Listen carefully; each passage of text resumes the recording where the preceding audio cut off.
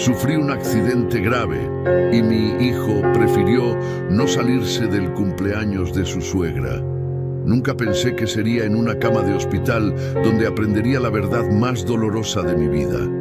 Aquella tarde, mi carro patinó en la carretera mojada, giró 2 veces sobre el asfalto y se detuvo contra el barandal de concreto con un golpe que me sacudió hasta los huesos. Por unos segundos que se sintieron eternos, no supe si estaba vivo o muerto. Solo escuchaba el sonido de la lluvia golpeando el metal retorcido y sentía un calor extraño extendiéndose por mi pecho. Cuando desperté en el hospital, tenía tubos en el brazo, una mascarilla en la cara y la cabeza girando como si el mundo se hubiera partido en 2. Las luces blancas del techo me lastimaban los ojos. Una enfermera joven se movía a mi lado con calma profesional, revisando los aparatos que pitaban a mi derecha. Lo primero que pude articular fue su nombre. «Llamen a mi hijo». La enfermera asintió. Acercó el teléfono del cuarto y marcó el número que yo le deletreé con voz ronca. Lo puso en altavoz porque mis manos no podían sostener nada todavía. Escuché cada tono. 1, 2, 3, contestó al cuarto. «Bueno, Iván, soy la enfermera Reyes. Llamamos del hospital donde está internado su padre. Tuvo un accidente grave.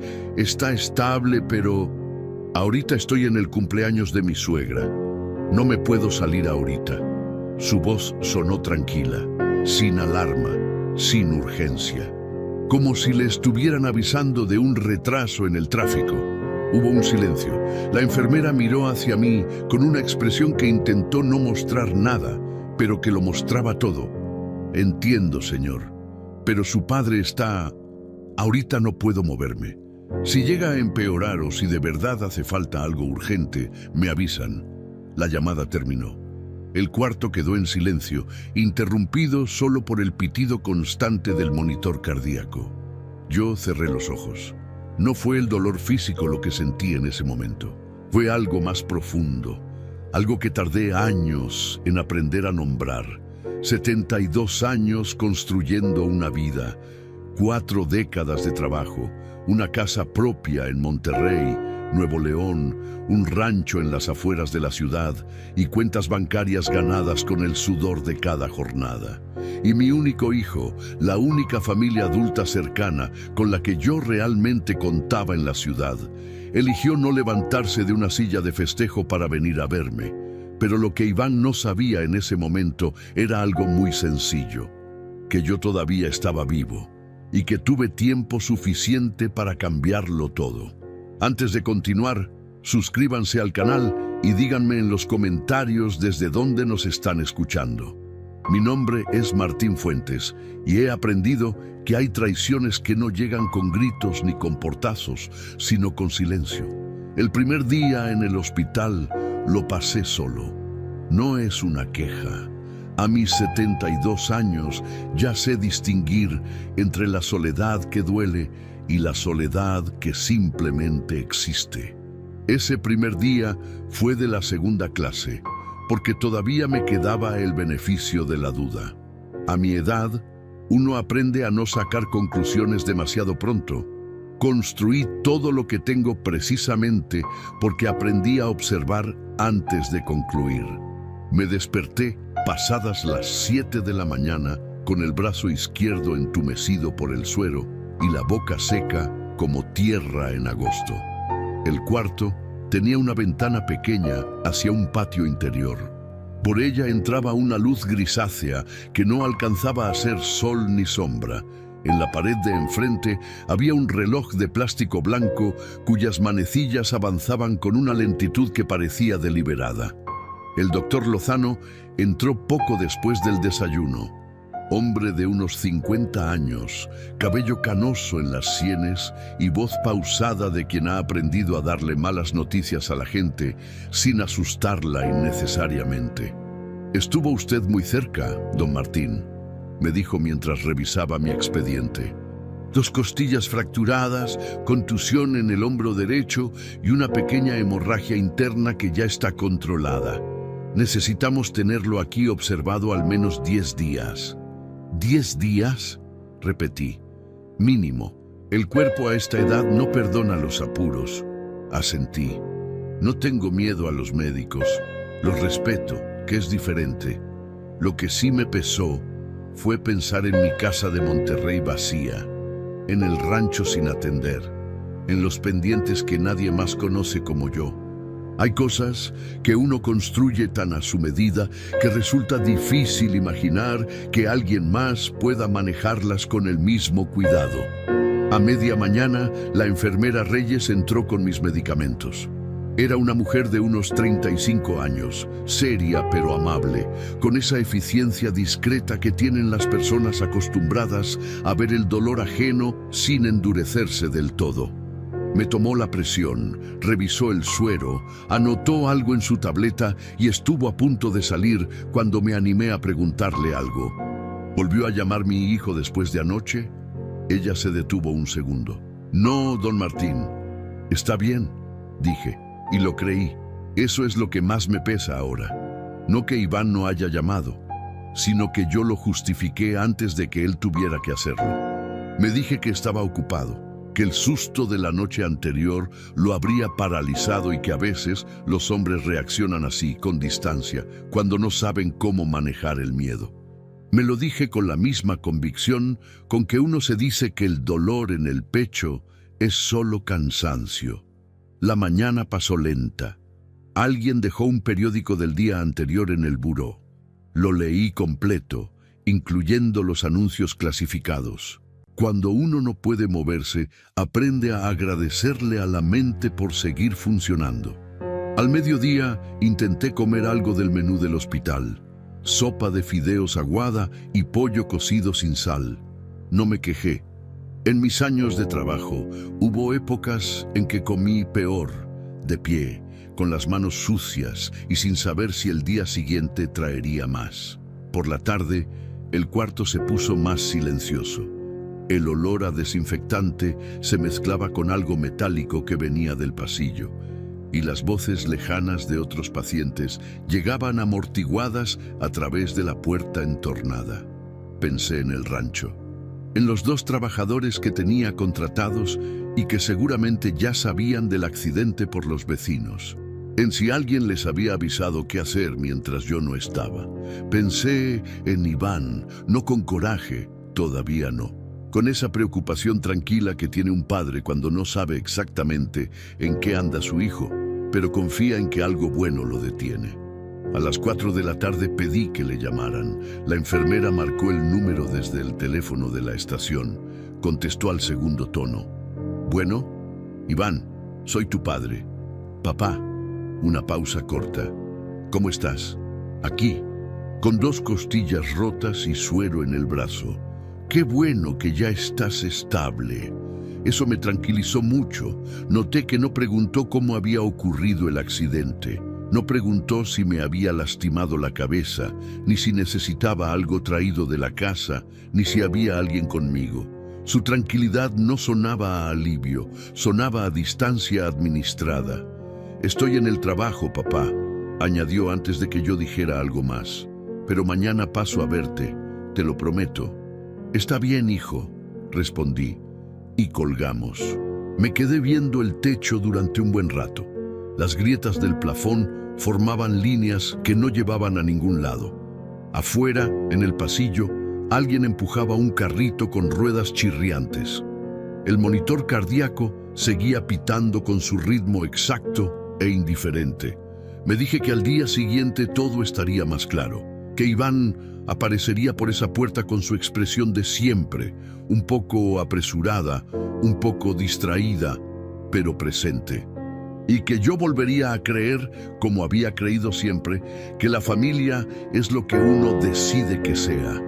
El reloj de plástico marcaba las 11 de la noche cuando por fin cerré los ojos. El segundo día llegó, y con él el silencio más elocuente que he escuchado en toda mi vida. Iván tampoco apareció. Hay un momento en que el engaño deja de ser del otro y se convierte en tuyo, porque tú eres quien decide seguir creyendo. El tercer día de internamiento amaneció nublado.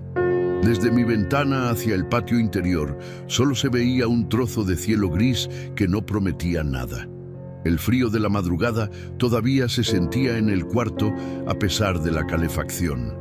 Me desperté antes de las 6, como siempre he hecho toda mi vida. Décadas levantándome con oscuridad me dejaron un reloj interno que no respeta hospitales ni costillas rotas. Me quedé acostado sin moverme, escuchando el hospital despertar. Primero los pasos de los enfermeros en el pasillo, luego el carrito del desayuno chirriando desde lejos, después las voces bajas de los médicos haciendo rondas. Hay algo en ese ritmo que, si uno lo escucha con calma, se parece mucho al ritmo de una familia que funciona. Cada quien en su lugar, cada quien haciendo lo que le corresponde sin necesidad de que nadie lo pida. Iván nunca tuvo ese ritmo. Me costó admitirlo esa mañana. Pero acostado ahí, sin nada que hacer más que pensar, los recuerdos llegaron solos y con una claridad que en el día a día uno evita. El trabajo que le conseguí a los 23 años cuando no encontraba nada.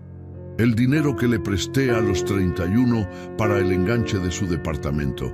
Dinero que nunca regresó y que yo nunca volví a mencionar porque no quería que se sintiera mal. Las veces que fui al rancho solo porque él siempre tenía algo más importante que hacer los fines de semana.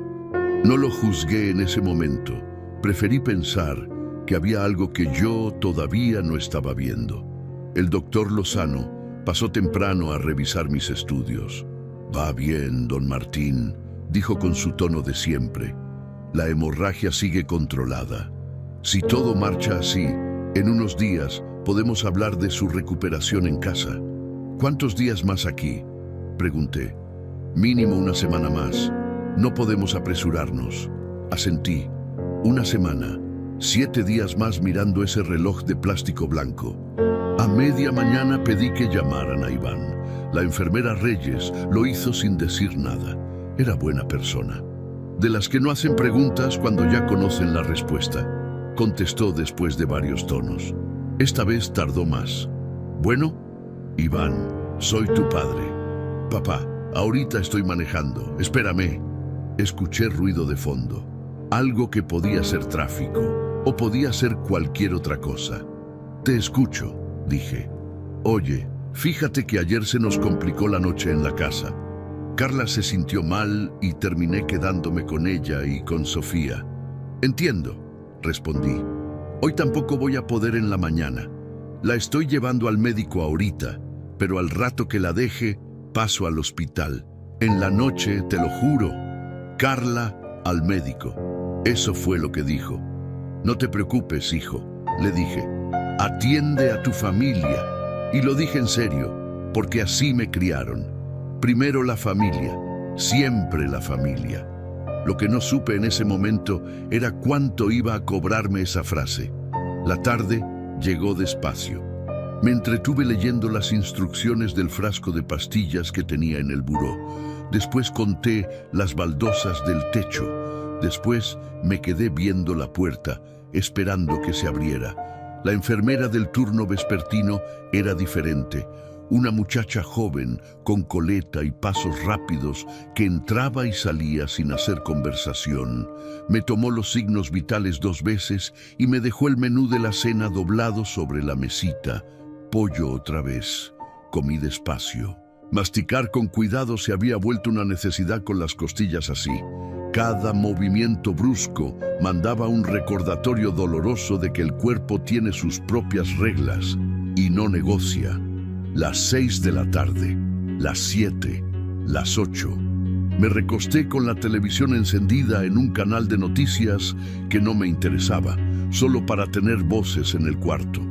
El presentador hablaba de cosas lejanas, con un tono urgente que contrastaba con la quietud del hospital. A las 9:15 apagué la televisión. Me quedé en silencio. La puerta no se abrió. Iván no llegó esa noche. No mandó mensaje. No llamó para avisar que no podría. Nada. Solo el silencio completo de alguien que en algún momento dejó de considerar que del otro lado hay una persona esperando. Y fue en ese silencio donde empecé a sentir algo que no era tristeza. Era algo más frío, más quieto, como cuando uno pone la mano sobre una superficie y se da cuenta de que lleva mucho tiempo sin calor. No era solo distancia, era indiferencia. Y la indiferencia, he aprendido, es mucho peor que el enojo. El enojo, al menos, reconoce que el otro existe. La indiferencia simplemente actúa como si no. Cerré los ojos con el cuarto en penumbra y los pitidos del monitor como única compañía. Me pregunté dónde estaba Iván en ese momento, y mientras yo me hacía esa pregunta desde una cama de hospital, Iván estaba en otro lugar, un lugar que yo nunca habría imaginado. Hay noticias que no necesitan palabras para destruirte. A veces llegan en forma de una frase casual, dicha sin malicia, por alguien que no sabe que está partiendo algo por la mitad. El cuarto día trajo consigo un sol tímido que por fin se asomó por la ventana del patio interior. No era un sol generoso. Era de esos que aparecen en invierno solo para recordarte que existen, sin comprometerse a calentar nada. Pero después de 3 días de cielo gris, hasta esa luz escasa se agradeció. Me acomodé despacio en la cama, con cuidado de no forzar las costillas, y dejé que el rectángulo de claridad cayera sobre mis manos arrugadas encima de la cobija. 72 años tienen sus marcas, las manos las cuentan todas. Las grietas de tanto sol en el rancho, las callosidades que nunca desaparecieron del todo, aunque hace años dejé de cargar cosas pesadas, las venas que ahora se ven más, porque la piel se fue adelgazando con el tiempo, como todo lo que envejece con dignidad. Las estaba mirando cuando escuché pasos distintos en el pasillo. No eran los pasos eficientes de los enfermeros ni los pasos cautelosos de los médicos. Eran pasos lentos de alguien que no conoce bien el lugar y va leyendo los números de los cuartos. La puerta se abrió. Don Martín era don Refugio, vecino mío desde hacía casi 20 años. Hombre de 68, delgado, con bigote canoso y esa costumbre de hablar pausado que tienen los hombres que han trabajado toda su vida en silencio. Vivía 3 casas abajo de la mía, al otro lado de la calle. Nos saludábamos cada mañana cuando yo salía a caminar y él regaba sus plantas. Entró con un semblante serio, sosteniendo una bolsa de plástico con naranjas y una cajita de galletas de avena. Me enteré del accidente por la señora de la tienda de la esquina, dijo acomodando la bolsa en el buró. Vine en cuanto pude. Gracias, Refugio, le dije, y lo decía de verdad.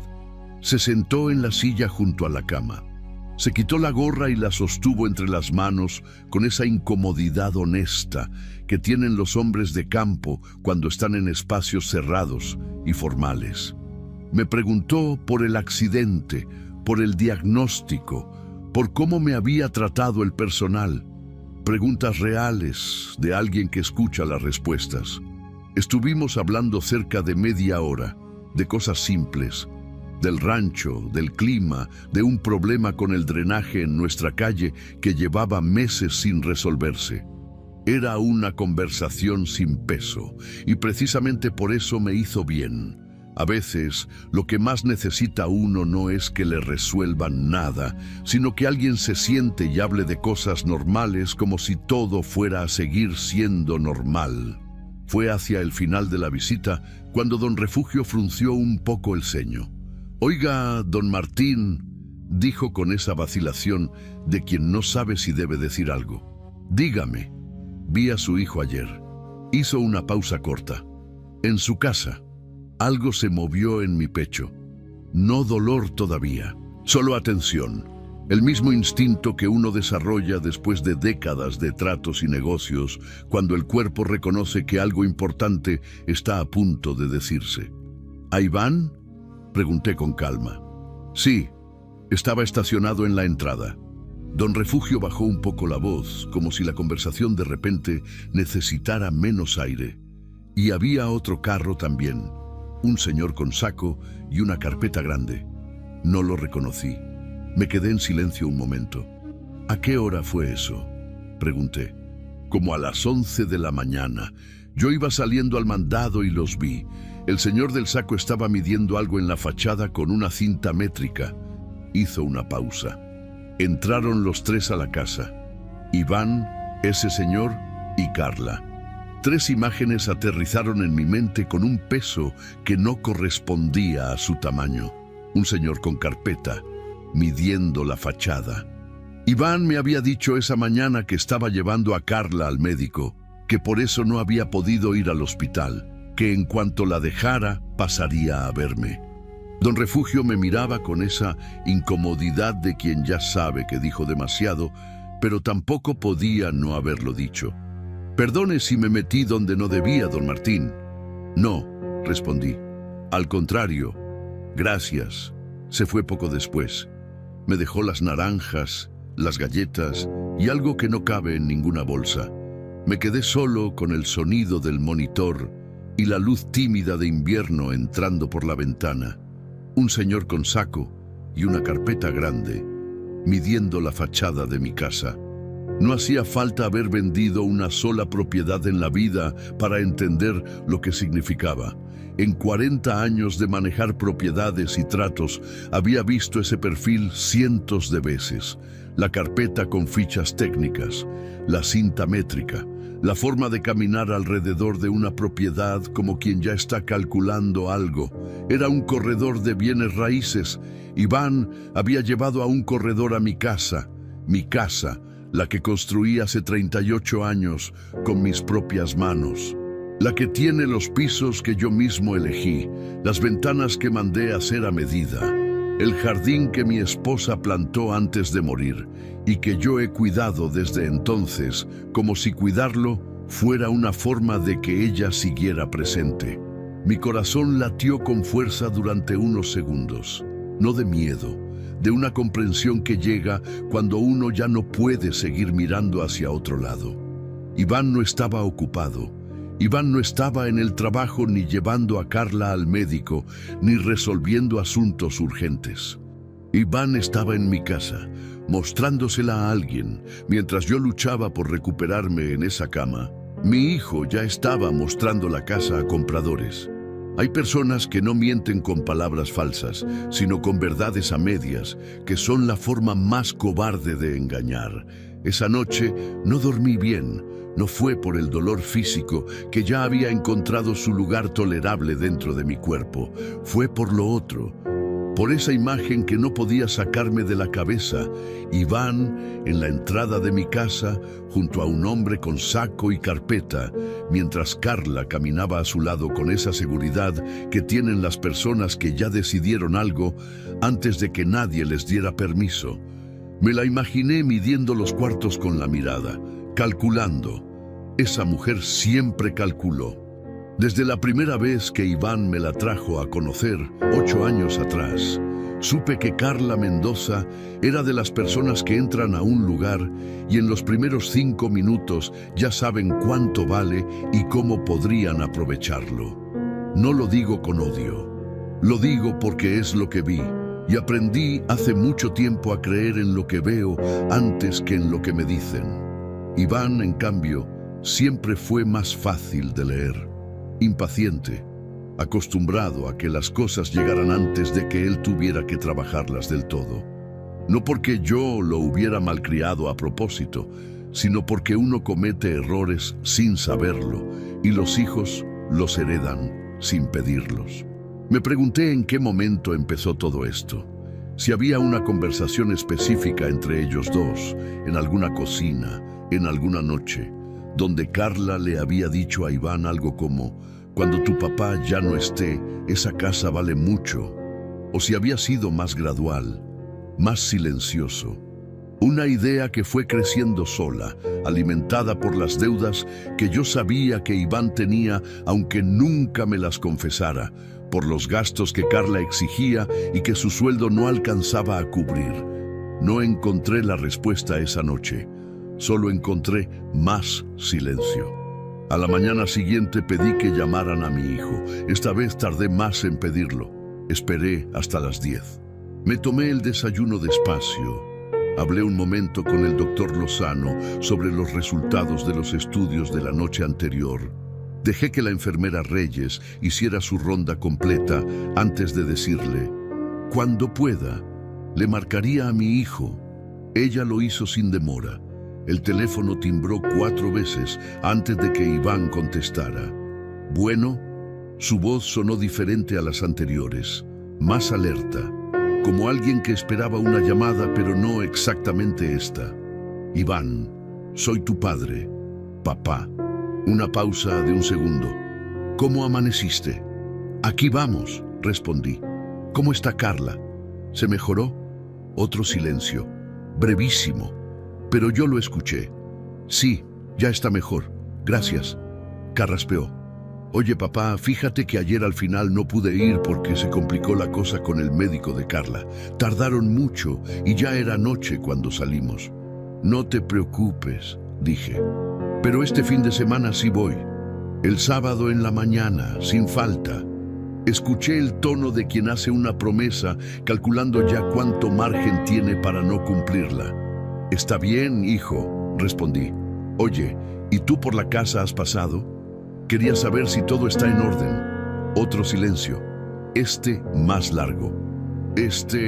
Sí, pasé rápido el otro día a revisar que estuviera bien cerrada, para asegurarme de que todo estuviera en orden.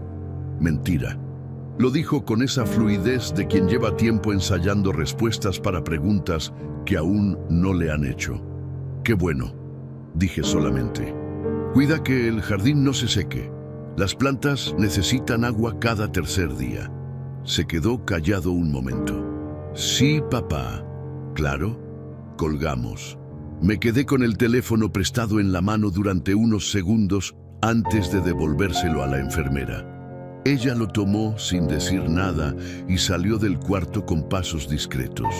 El día avanzó con esa lentitud particular de los días en que uno sabe que algo ha cambiado, pero todavía no puede nombrarlo del todo. Dormí un rato después del almuerzo. Soñé con el rancho, con los potreros en primavera, verdes y anchos, y con el sonido del agua corriendo por la acequia principal que mandé construir con los ahorros de 2 años completos. Ese rancho no era solo tierra. Ahí enterré años de esfuerzo, madrugadas enteras y la última etapa de mi vida junto a mi esposa. Era la prueba de que un hombre puede construir algo duradero si tiene paciencia y no le tiene miedo al trabajo. Desperté con la tarde ya entrada y la boca con el sabor metálico que dejan ciertos medicamentos. El sábado llegó 2 días después. Me levanté con más ánimo que de costumbre. La enfermera Reyes me ayudó a sentarme en el sillón junto a la ventana, que era más cómodo que la cama para estar despierto. Me peiné. Me puse la camisa que tenía guardada en la bolsa que me habían traído desde el primer día. Quería estar presentable cuando Iván llegara. Esperé. Las 10 de la mañana, las 11, el mediodía. A la 1 de la tarde sonó el teléfono de la habitación. Era un número que reconocí como el de Iván. Bueno, contesté yo mismo esta vez, porque el doctor había autorizado que me movieran el aparato cerca. Papá. Su voz tenía esa textura particular de la culpa que no se reconoce como tal. Fíjate que esta semana estuvo muy pesada. Tengo varios pendientes acumulados y no voy a poder ir hoy. No dije nada durante 3 segundos. Entiendo, respondí finalmente. La próxima semana sí, papá, te lo juro. No te preocupes, Iván. Colgué. Me quedé sentado en el sillón frente a la ventana. Afuera, en el patio interior, una paloma caminaba sobre el borde de una jardinera con esa tranquilidad indiferente de los animales que no saben que los están observando. Iván no tenía intención de aparecer. Lo supe en ese momento con una claridad que no necesitó más evidencia. No era descuido, no era ocupación genuina, era una decisión. Consciente o no, mi hijo había decidido que el hospital podía esperar, que yo podía esperar, porque en su cálculo yo ya era parte del pasado y lo que le importaba era el futuro, su futuro, el que él y Carla estaban armando mientras yo contaba baldosas en un cuarto de hospital. Me recargué en el respaldo del sillón y cerré los ojos. Y entonces escuché pasos en el pasillo, pasos pequeños, rápidos, desiguales, como de alguien que viene corriendo pero intenta no hacerlo porque le dijeron que no se corre en los hospitales. La puerta se abrió de golpe y apareció Sofía. A veces la verdad más brutal llega envuelta en inocencia, dicha por alguien que no sabe el peso de lo que está contando. Sofía tenía 10 años y la energía de alguien que nunca ha aprendido a guardarse nada. Entró al cuarto como entra el viento cuando uno deja una ventana abierta sin querer, con una fuerza natural que no pide permiso ni calcula consecuencias. Una vecina de confianza que se había ofrecido a llevarla un momento para verme, se quedó esperando en el pasillo. Sofía traía el cabello suelto y despeinado, una mochilita rosa colgada en un solo hombro y los zapatos con el velcro a medias, como siempre. Desde pequeña tuvo esa costumbre de no terminar de abrocharse los zapatos y nadie nunca supo por qué. Se detuvo justo al lado de la cama y me miró con esos ojos grandes que heredó de su abuela. Luego se aventó encima de mí. ¡Abuelo! Contuve el dolor en las costillas con toda la dignidad que pude y la abracé con el brazo que tenía libre del suero. Olía a jabón de fresa y a ese olor específico de los niños que han estado corriendo. Su cabello me hizo cosquillas en la mejilla. «Despacio, mi amor», le dije. «El abuelo tiene unas costillas un poco delicadas ahorita». Se separó de golpe con los ojos abiertos. «¿Te duele mucho?» «Ya casi no, ¿verdad?» Me estudió la cara con esa seriedad clínica que tienen los niños cuando quieren saber si un adulto les está mintiendo para no preocuparlos. «¿Verdad?», confirmé. Se acomodó sentada en el borde de la cama con mucho más cuidado del que había usado para entrar. Dejó la mochilita en el suelo y empezó a hablar. Sofía habló durante 40 minutos sin parar. Me contó que en la escuela estaban ensayando una obra de teatro y que a ella le tocó ser el árbol del fondo, pero que igual era importante porque sin árbol el bosque no existía. Me contó que su maestra de matemáticas se había casado y que había llegado con un anillo muy brillante que distrajo a todo el salón. Me contó que su amiga le había prestado un libro sobre caballos y que ya lo había leído 2 veces. Yo la escuché con toda la atención del mundo, no porque cada detalle fuera urgente, sino porque había algo profundamente reparador en escuchar a alguien hablar sin cálculo, sin agenda, sin medir cada palabra antes de soltarla. Sofía era lo opuesto a todo lo que había sentido en esa semana. Era transparencia pura. Fue hacia el final de su visita cuando el rumbo de la conversación cambió. Había sacado de la mochilita un dibujo que había hecho para mí. Una casa con jardín, un señor alto con bastón que era yo y un sol con cara sonriente en la esquina superior. Abajo había escrito con letra redonda de niña: «Para mi abuelo, que es el más chingón». Luego alguien había tachado esa última palabra con plumón y escrito encima «el más bueno», pero la tachadura era transparente y se leía perfectamente lo original. Me reí de verdad por primera vez en muchos días. «¿Quién te tachó la palabra?», le pregunté. «Mamá», dijo Sofía poniendo los ojos en blanco. «Pero yo sí sé escribir bien, abuelo. La tachó porque dice que esa palabra es de mal gusto». «Tu mamá tiene razón», dije, aunque por dentro agradecí infinitamente la versión original. Sofía me miró un momento, luego miró hacia la puerta, como verificando que nadie entrara, y bajó un poco la voz con esa conspiración natural de los niños cuando están a punto de decir algo que saben que es importante. Abuelo, ¿cuándo te van a dar de alta? En unos días, espero, respondí. ¿Y vas a volver a tu casa? Claro, ¿a dónde más? Ella asintió despacio. Luego frunció el ceño con esa expresión que ponía cuando procesaba algo que no terminaba de entender. Papá dice que cuando salgas del hospital, vamos a vivir en tu casa. El cuarto se quedó quieto. No el silencio del hospital, otro silencio. El de las cosas que de repente ocupan todo el espacio disponible.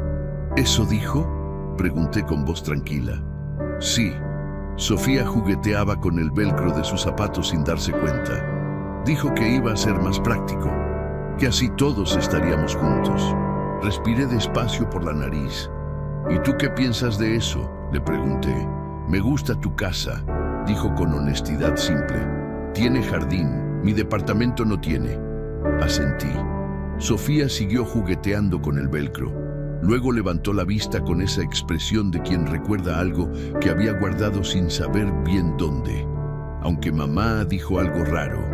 ¿Qué dijo? Que sería mejor venderla rápido.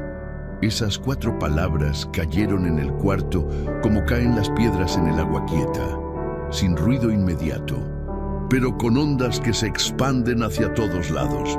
Sería mejor venderla rápido. Carla lo había dicho. En alguna conversación doméstica, en algún momento que Sofía presenció sin que nadie le explicara que era información que debía guardarse. Para la niña, era simplemente algo que había escuchado. Para mí, era la confirmación de todo lo que había intuido desde que don Refugio me habló del hombre con la carpeta y la cinta métrica. No era un plan improvisado, era una decisión tomada. Iván y Carla habían decidido qué hacer con mi casa antes de que yo saliera del hospital. Quizás antes de que yo mejorara del todo. Sofía me miraba sin saber que acababa de cambiar el rumbo de todo. Abuelo, ¿estás bien?, me preguntó. ¿Te pusiste serio? Estoy bien, mi amor, le dije.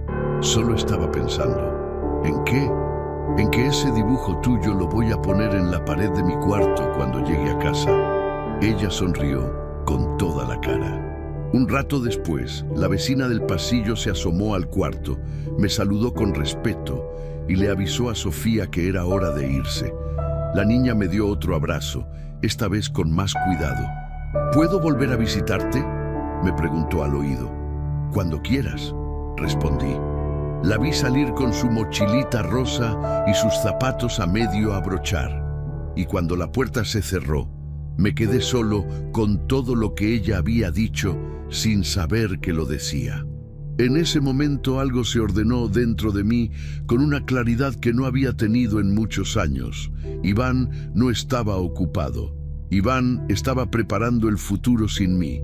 Y Carla lo estaba empujando con la precisión de alguien que lleva tiempo midiendo el momento exacto.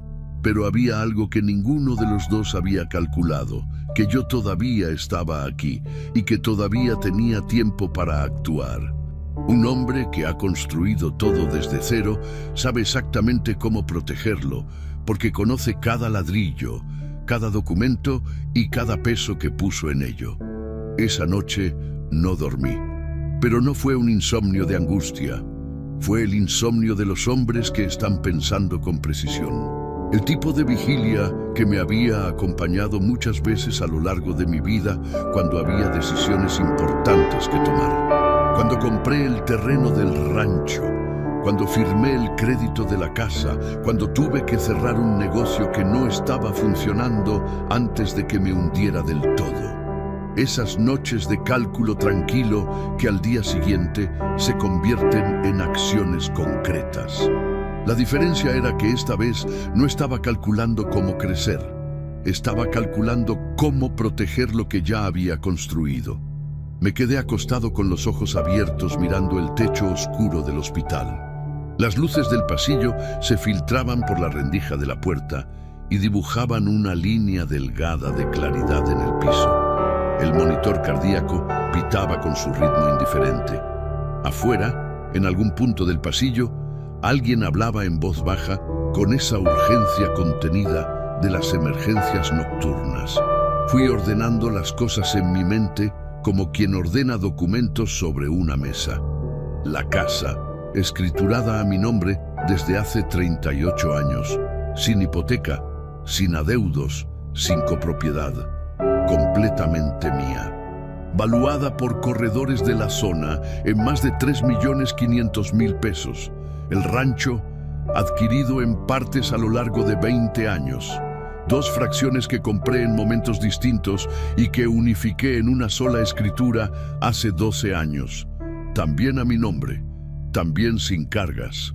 Una propiedad que, después de décadas de trabajo, mejoras y plusvalía acumulada con el tiempo, había llegado a valer cerca de 4 millones de pesos. Las cuentas bancarias, 3 en total. Una de ahorro que uso para los gastos corrientes, una de inversión que llevo administrando desde los 55 años, con una disciplina que me ha dado rendimientos modestos pero constantes, con un saldo acumulado de 1.200.000 pesos y una cuenta menor para los gastos del rancho. Todo documentado, todo rastreable. La póliza del seguro de vida, contratada hace 20 años y renovada puntualmente cada año. El beneficiario original era mi esposa. Cuando ella murió, lo cambié a nombre de Iván porque era lo natural, porque en ese momento no tenía razones para pensar de otra manera. Ahí estaba el primer cambio necesario. Pensé en el licenciado Guerrero, mi abogado desde hacía 17 años. Hombre serio, meticuloso, de los que no hablan de más y entienden exactamente lo que uno quiere decir con la mitad de las palabras. Lo había contratado originalmente para que me ayudara con los trámites del rancho, y con el tiempo se había convertido en el hombre al que llamaba cuando había algo importante que resolver. Esto era lo más importante que había tenido que resolver en muchos años. A las 7 de la mañana, cuando el hospital comenzó su rutina matutina, pedí el teléfono a la enfermera del turno. ¿Puedo hacer una llamada personal? Claro, don Martín. Marqué el número del licenciado Guerrero de memoria. Contestó después de 2 tonos. Licenciado Guerrero, soy Martín Fuentes. Un segundo de pausa. Don Martín, me enteré del accidente. ¿Cómo se encuentra? Mejor. Escuche, necesito verlo, lo antes posible. ¿Qué tan urgente es? Urgente, dije simplemente. Hubo algo en mi tono que no necesitó más explicación. El licenciado Guerrero lleva 17 años trabajando conmigo. Sabe cuándo estoy haciendo una consulta de rutina y cuándo estoy tomando una decisión que no admite demoras. Hoy en la tarde puedo ir al hospital, dijo. ¿A las 5 le viene bien? Perfecto. Colgué. El licenciado Guerrero llegó a las 5 en punto con un portafolio de cuero negro y esa puntualidad suya que siempre he respetado. Hombre de 61 años, traje gris, lentes de armazón oscuro y la costumbre de escuchar antes de hablar que distingue a los buenos abogados de los simplemente rápidos. Se sentó en la silla junto a mi cama y abrió su libreta sin decir nada todavía. Cuénteme, dijo. Le conté todo. Le conté lo del accidente, lo de las llamadas de Iván, lo de don Refugio y el hombre con la carpeta. Le conté lo que Sofía había dicho sin saber que lo decía. Lo escuchó todo sin interrumpirme, tomando notas breves con su pluma de tinta negra. Cuando terminé, se quedó un momento en silencio. ¿Quiere revisarlo todo?, preguntó. Quiero revisarlo todo, confirmé. La casa, el rancho, las cuentas, la póliza del seguro de vida, todo. El licenciado asintió despacio. ¿Quiere hacer cambios? Lo miré directamente. Todo, respondí. Él no parpadeó. Solo escribió algo en su libreta y continuó. Estuvimos trabajando durante casi 2 horas. Él me explicó cada opción con la claridad de quien conoce el tema, pero respeta la inteligencia del otro. Me habló del fideicomiso irrevocable. una figura legal que en México permite dejar bienes bajo administración fiduciaria para protegerlos y fijar con claridad quién puede beneficiarse de ellos y en qué condiciones. Me explicó que yo podía conservar el usufructo vitalicio sobre los inmuebles, es decir, el derecho de seguir viviendo en mi casa y aprovechando el rancho mientras yo siguiera con vida. Le hice preguntas precisas. Él me dio respuestas precisas. Cuando terminamos, el licenciado Guerrero cerró su libreta y me miró con esa expresión seria que no juzga pero tampoco disimula. Don Martín, esto es una decisión definitiva. Una vez constituido el fideicomiso irrevocable, ya no sería algo fácil de mover ni de alterar, y cualquier decisión sobre esos bienes quedaría sujeta a condiciones muy específicas establecidas desde el inicio. Lo sé, dije. ¿Estás seguro? Lo pensé 3 segundos, no porque tuviera dudas, sino porque las decisiones importantes merecen al menos 3 segundos de silencio antes de confirmarse. Completamente, respondí. El licenciado asintió. Guardó su libreta en el portafolio y se puso de pie. Voy a dejar todo preparado esta semana. Necesitaré su firma ante notario, pero si usted sigue sin poder desplazarse, podemos gestionar que el notario venga al hospital para avanzar con lo necesario. Haga eso, le dije. Se fue con sus pasos medidos y su portafolio bajo el brazo. El cuarto quedó en silencio otra vez, pero era un silencio diferente al de los días anteriores. Ya no era el silencio de la espera, era el silencio de quien ha tomado una decisión y sabe exactamente a dónde lo lleva. Iván llevaba días pensando que el tiempo corría a su favor.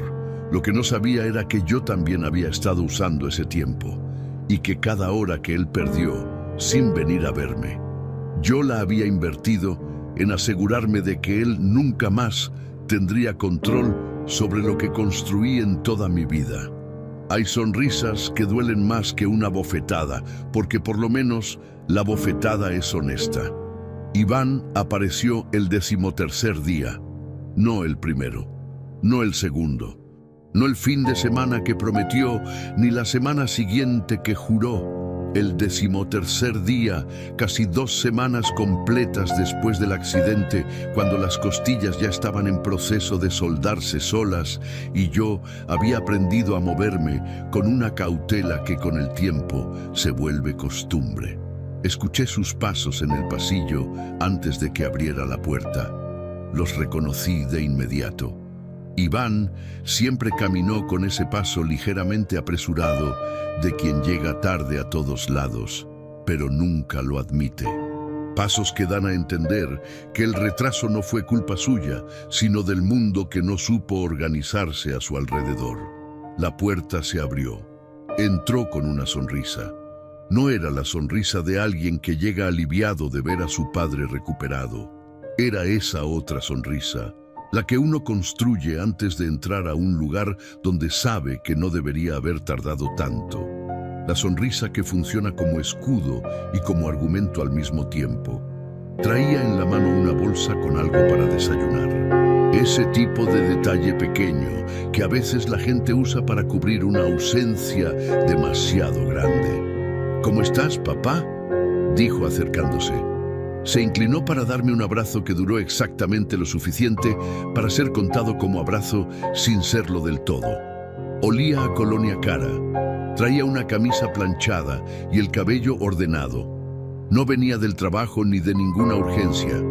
Venía preparado para esta visita como quien se prepara para una reunión que no puede seguir postergando. Aquí voy, respondí.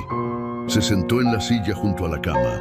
Dejó la bolsa en el buró sin abrirla, cruzó las manos sobre las rodillas y me miró con esa expresión que quería parecer preocupada y que a mí me resultó transparente como el vidrio. Me alegra verte mejor, dijo. Me preocupé mucho con lo del accidente, lo dejé hablar. He aprendido con los años que hay conversaciones en las que lo más inteligente que uno puede hacer es callarse y escuchar, no por sumisión, por estrategia. cuando uno habla, el otro descansa. Cuando uno calla, el otro llena el silencio con lo que realmente tiene adentro. El trabajo estuvo muy pesado estas semanas, continuó. Y lo de Carla también se complicó. Tuvieron que hacerle unos estudios adicionales. Fue una semana muy difícil para los dos. Asentí levemente. ¿Ya está bien, Carla?, pregunté. Sí, ya está mejor. Gracias. Hubo una pausa breve. Afuera, en el pasillo, alguien empujaba el carrito del medicamento con ese chirrido ya familiar. La luz de la tarde entraba horizontal por la ventana del patio y le daba a la habitación un tono anaranjado que a cualquier otra persona le habría parecido cálido. Iván miró hacia la ventana un momento. Luego me miró de nuevo. «Oye, papá», empezó. Reconocí ese tono. Era el tono de cuando llegamos a la razón real de algo. La conversación previa había sido el corredor. Esta era la puerta. «Dime», dije. «He estado pensando». Hizo una pausa calculada. «Tú ya no estás tan joven. Y este accidente nos hizo ver a todos que hay que estar preparados para cualquier cosa». Asentí sin decir nada. «La casa es grande para uno solo, papá. Nosotros podríamos mudarnos contigo. Sofía adoraría vivir ahí, ya lo sabes. Tiene jardín, tiene espacio». Abrió las manos con ese gesto de quien presenta una solución generosa. «Sería bueno para todos». «¿Y su departamento?», pregunté. «Pues ese lo podríamos rentar. O vender, según cómo se vea. Vender el departamento. Mudarse a mi casa. Y de mi casa, con el tiempo y con Carla administrando los tiempos, a otra cosa». El camino era tan claro que resultaba casi triste que él pensara que yo no podía verlo. Esperé unos segundos antes de responder. «¿Y el rancho?», dije. Algo cruzó por su cara. Rápido, como una sombra que pasa cuando nadie debería estar mirando.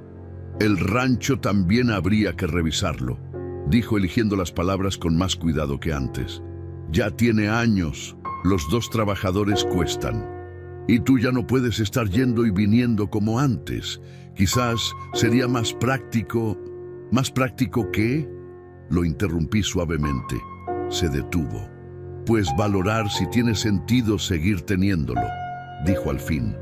«A veces uno se aferra a cosas por costumbre y no porque realmente convengan». Aferra. Usó esa palabra. Como si 20 años de trabajo en esa tierra fueran un apego irracional y no la columna vertebral de todo lo que construí. Lo miré en silencio durante un momento. Iván tenía 42 años. Tenía el cabello todavía oscuro, con apenas algunas canas en las sienes. Tenía los ojos de su madre, que era lo más valioso que podría haber heredado. Y sin embargo, sentado ahí frente a mí con su camisa planchada y su sonrisa de escudo, me resultaba un extraño. No porque fuera mala persona en el fondo, sino porque había dejado que alguien más le ordenara las prioridades. Y cuando uno deja eso, se convierte en instrumento de algo que no eligió del todo. «Papá», dijo mirándome con una expresión que quería parecer filial, «¿ya pensaste en lo que vas a hacer con la casa?». «Con todo. Digo, para tenerlo claro, ¿no? Para que no haya problemas después». Ahí estaba. La pregunta real, la que había traído desde el estacionamiento, la que Carla probablemente le había dicho que hiciera antes de que yo recibiera el alta y volviera a tener el control total de mis movimientos. No preguntó cómo me sentía realmente. No preguntó si había dormido bien, si el dolor seguía, si necesitaba algo para cuando llegara a casa. Preguntó por la casa. Lo observé en silencio. Él sostuvo mi mirada con esa seguridad de quien todavía cree que la situación está bajo su control. Y yo, con la calma de un hombre que lleva 13 días pensando con mucha precisión, tomé una decisión sobre cuándo y cómo daría la respuesta que él todavía no sabía que estaba esperando.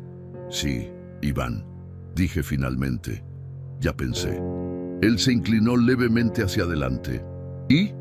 «La respuesta te la doy cuando salga del hospital». Sonreí. Fue la primera vez en 13 días que sonreí de verdad. Y la expresión que cruzó por la cara de Iván en ese momento, esa mezcla de impaciencia mal disimulada y desconcierto que no esperaba, me dijo que la decisión que había tomado con el licenciado Guerrero era exactamente la correcta. La respuesta vendría, pero en el momento que yo eligiera. Hay victorias que no se celebran con gritos. Se celebran con silencio, con la calma de quien sabe exactamente lo que hizo y por qué lo hizo. Salí del hospital un martes por la mañana. El doctor Lozano me firmó el alta, con esa expresión satisfecha de los médicos cuando un paciente les resulta menos complicado de lo esperado. Me dio indicaciones precisas sobre los medicamentos, las actividades que debía evitar durante las próximas semanas y la fecha de la revisión de seguimiento. Le escuché con atención, le di la mano con firmeza y le agradecí sin exagerar, como se agradece a quien hizo bien su trabajo. La enfermera Reyes me acompañó hasta la salida empujando la silla de ruedas que el protocolo del hospital exigía, aunque yo podía caminar perfectamente bien. Cuando llegamos a la puerta principal y el aire de afuera me golpeó la cara, me detuve un momento.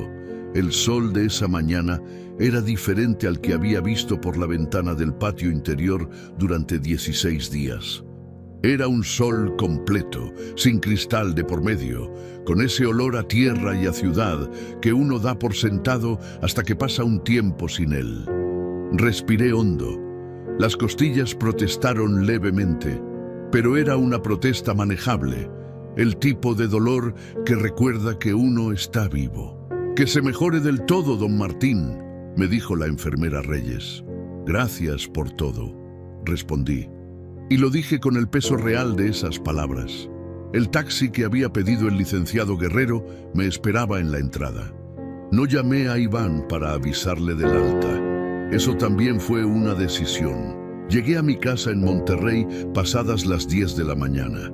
Entré por la puerta principal con la llave que siempre cargo en el bolsillo izquierdo del pantalón. La misma llave que llevo usando desde hace 38 años. El recibidor olía a cerrado, a esos días de ausencia que acumulan un silencio particular en los cuartos. Pero era mi silencio, el de mis cosas, mis muebles, mis paredes. Fui despacio hacia el jardín. Las plantas estaban un poco sedientas pero vivas. Alguien las había regado, aunque con menos frecuencia de la que necesitaban. Pasé la mano por las hojas de la bugambilia que mi esposa plantó el año en que nos cambiamos a esta casa. Todavía estaba ahí, resistente y silenciosa, como todo lo que tiene raíces profundas. Me senté en el banco de madera del jardín y desde ahí, con el sol en la cara y las manos sobre las rodillas, llamé a Iván. Contestó al tercer tono. «Bueno, Iván, ya estoy en casa». Una pausa. «Ya te dieron de alta. ¿Por qué no me avisaste? Hubiera ido por ti». «No fue necesario», dije, «pero necesito que vengas hoy. Tengo algo que darte». Otro silencio, más breve. «¿Hoy? Es que tengo...» «Hoy, Iván», repetí con la misma calma de siempre, pero con un peso diferente. Vino a las 3 de la tarde. Llegó con Carla. No me sorprendió. Era lógico que viniera con ella. Las decisiones importantes de Iván raramente las tomaba solo desde hacía varios años. Carla entró detrás de él con esa postura suya de siempre, recta, segura, con los ojos que recorrían el cuarto como quien confirma un inventario que ya hizo mentalmente. Los recibí en la sala. No ofrecí café. Esta no era una visita de cortesía. Me senté frente a los dos, con el sobre Manila en las manos. Un sobre ordinario, del tipo que venden en cualquier papelería, cerrado con el doblez hacia adentro. Iván me miró con esa mezcla de impaciencia e incertidumbre que llevaba semanas acumulando. Carla mantuvo su expresión neutral de siempre, pero noté que sus ojos se detuvieron en el sobre un segundo más de lo natural. «Quiero decirles algo antes de entregarles esto», dije. Iván abrió la boca. «Papá, no tienes que...» «Iván, Lo interrumpí con suavidad, pero sin dejar espacio. Déjame hablar. Cerró la boca. Construí esta casa cuando tenía 34 años, dije. La pagué solo, sin ayuda, con años de trabajo y ahorro que comenzaron desde que tenía 16.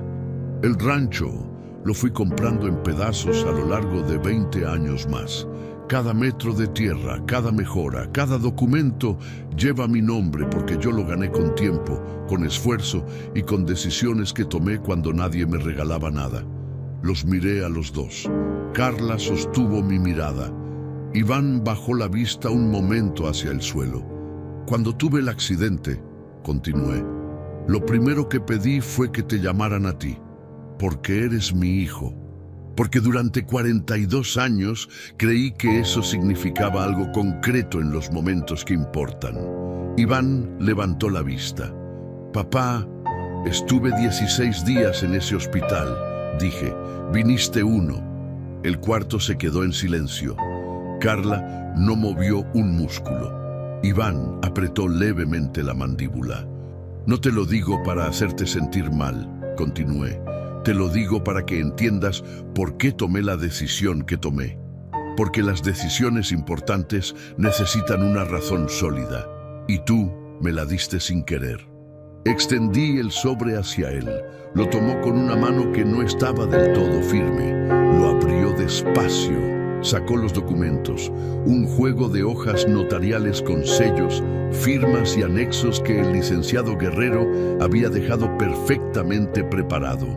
Lo vi leer la primera línea, luego la segunda. El color fue abandonando su cara con esa lentitud que tienen las cosas cuando el cuerpo todavía no acepta lo que la mente ya entendió.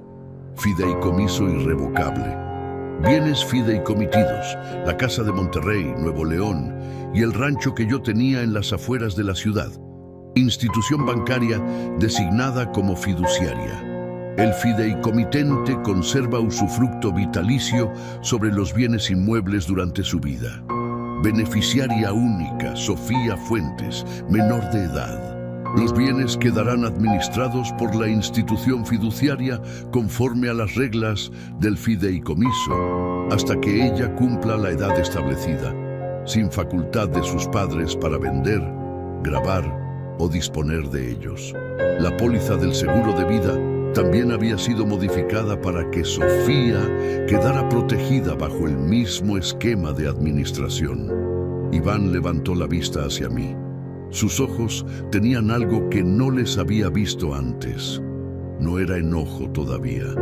Era el desconcierto de quien creyó que tenía el tablero dominado y acaba de descubrir que jugaba en el tablero equivocado.